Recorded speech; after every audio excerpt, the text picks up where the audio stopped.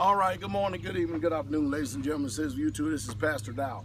The reason why I got this video running here this morning is because I had somebody send me an email, and when I say somebody, it's because I don't want to disclose their names.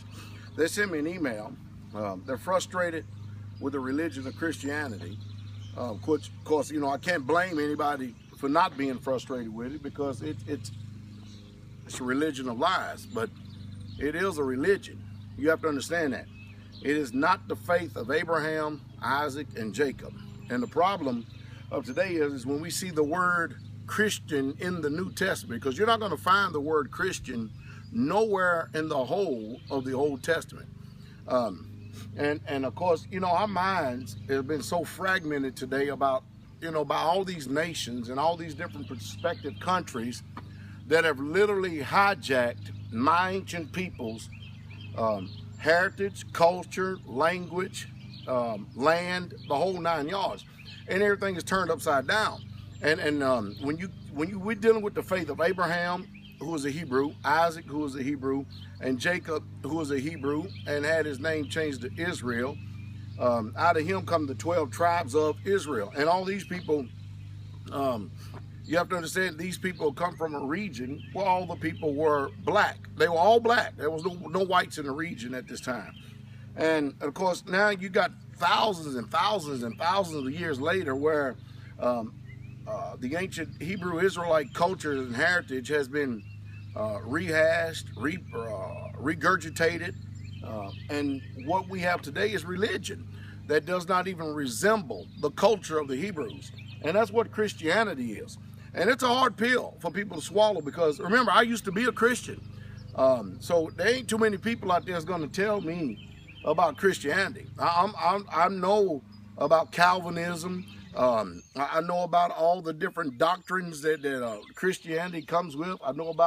I just know them. I mean, I used to be a Baptist, a Church of Christ, and an apostolic. So, I mean, people are not going to tell me too much about Christianity because I know about it. But the deal is that the problem that people are having today is that I can get on here, many people can get on here, we can talk to you till we're blue in the face. We can answer all your questions. But you never get clear in a matter until you do your own independent research and study. For instance, the words that are presented to us in English. Have you ever really truly looked behind them?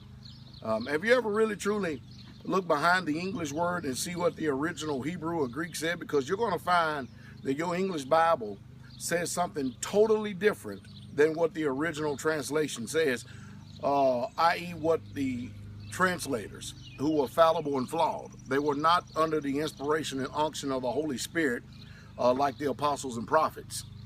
But the translators who were fallible and flawed, they translated the English King James Bible to fit a European culture. And that's the reason why people today are having a lot of trouble today believing what the ancient Israelites taught. What Moses taught us as opposed to what Yahweh gave us as a people. For instance, when the law tells us to not eat pork, or that's what it's been called today, but in the scriptures, it translated as called swine. It's an unclean animal. Now, this is the creator universe giving us a dietary law, the one who said he's not going to alter or change anything that has gone out of his lips. But yet now we have a European culture that the swine is a delicacy. These people love that mess.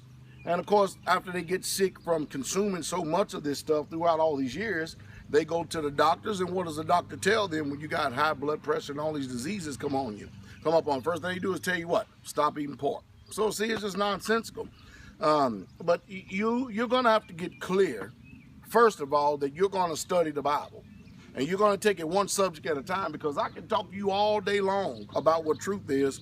And if you have already accepted something as truth, then it is truth to you according to your book of the law and not according to the book of the law.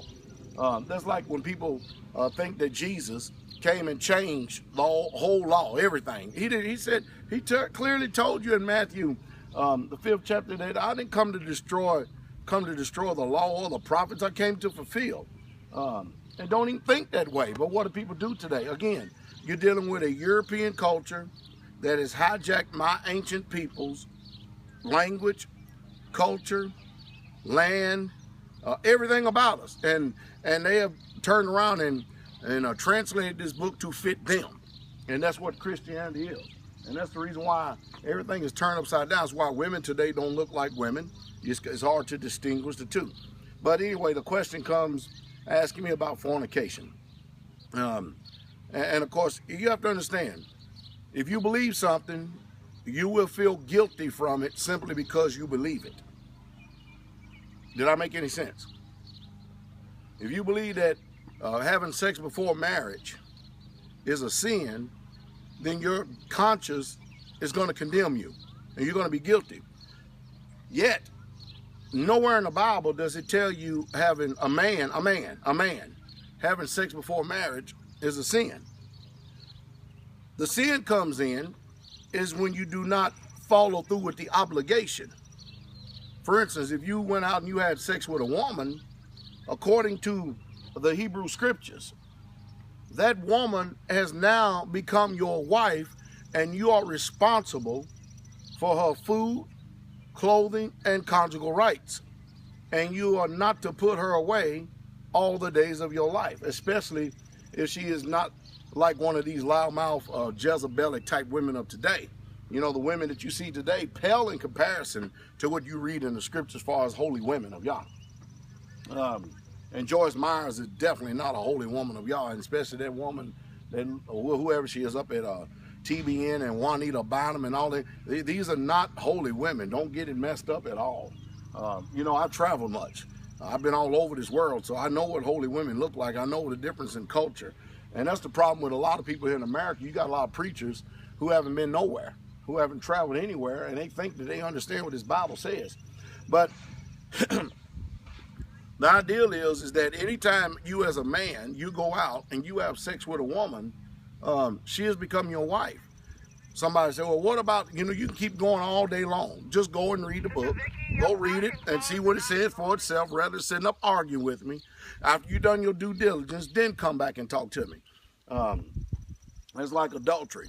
Adultery can only be committed with a married woman. Did you hear what I said?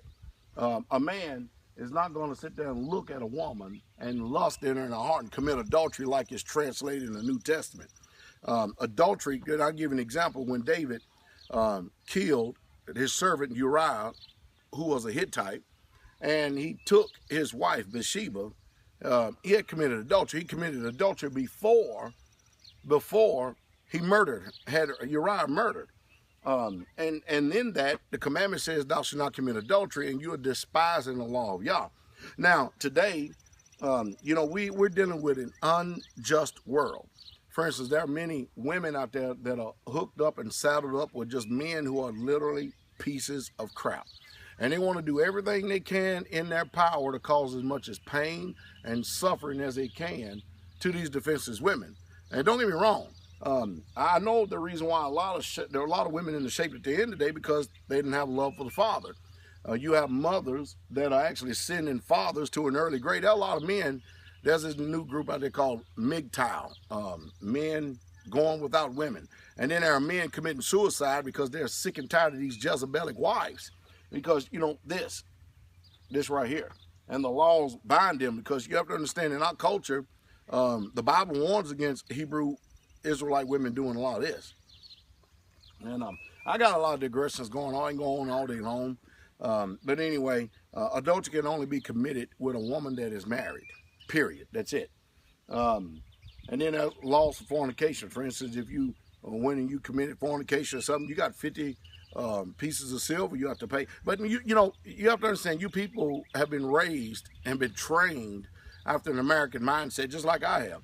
And I had to come out of it. I had to really change everything and believe what the book says in order to understand what it means to be blessed and have the prosperity of it in life, which I'm not a rich man. I'm a very poor man, actually. I'm just content with what I have, which allows me to be rich. And that's what you should do, is be content with such things as you have. For instance, you'll go read in the book about the Sabbath day. The Sabbath day is the seventh day of the week. So what is all this stuff going on where people are dressing up and going to so-called church on Sunday? What is it? On the first day of the week? Well, when you study history, you'll find out that you're in direct opposition against Yah, and your God is actually the Roman Catholic Church, or the Vicar of Christ, or the Roman Catholic Pope himself, who believed that he is God incarnate on earth. Again, if you don't know what the book says, you're going to take it on the chin. You really truly are. I live in a county where all these pagans up here just got finished celebrating Easter. Every single one of them, man. They put Jesus in Easter. Well, I'm sure of that, the other Jesus, but not the, that's the one who Paul warned us about. If somebody come and preach another Jesus. So if you know what the word says, you can't be deceived. But if you choose to follow man-made religion and tradition, then you're going to be in direct opposition against the Father. And then, like old apostles and prophets and pastors of old, you're going to persecute, you're going to speak against someone like me who has done nothing but told you the truth. That's all I have done, is really told you the truth. And that's the reason why I don't have too many people. I did have a lot of professors over the years that wanted to debate me, but then they go get on my YouTube channel, they go search the ministry webpage and stuff, and then they all back out. Every one of them. They all back out for some reason. I guess they decide they don't want to engage in this, and I don't blame them. I would too. But maybe if they found out about me, then I could put a freeze on my website and put a freeze on everything else, and then we can go through a debate. Then maybe just one or two people out of that whole entire audience could probably hear. Because it's only probably going to be like 1 out of every 1,000 that's going to hear anyway. I mean, that's what it's all about. And this is about getting quality of people too. People who are very serious minded. Because we live in a time today where people are just simply not serious enough about the kingdom. Anyway, I've been making videos trying to keep people abreast, especially the brethren, of what's going on today and stuff. But I really got to get back to work here today. I got to get this pad framed up. I got concrete coming tomorrow. But I'm a pastor that works. I really truly am. I believe that the best leadership is the leadership when you lead by example. And that's the truth, and that's the truth straight way. So, y'all have a wonderful day.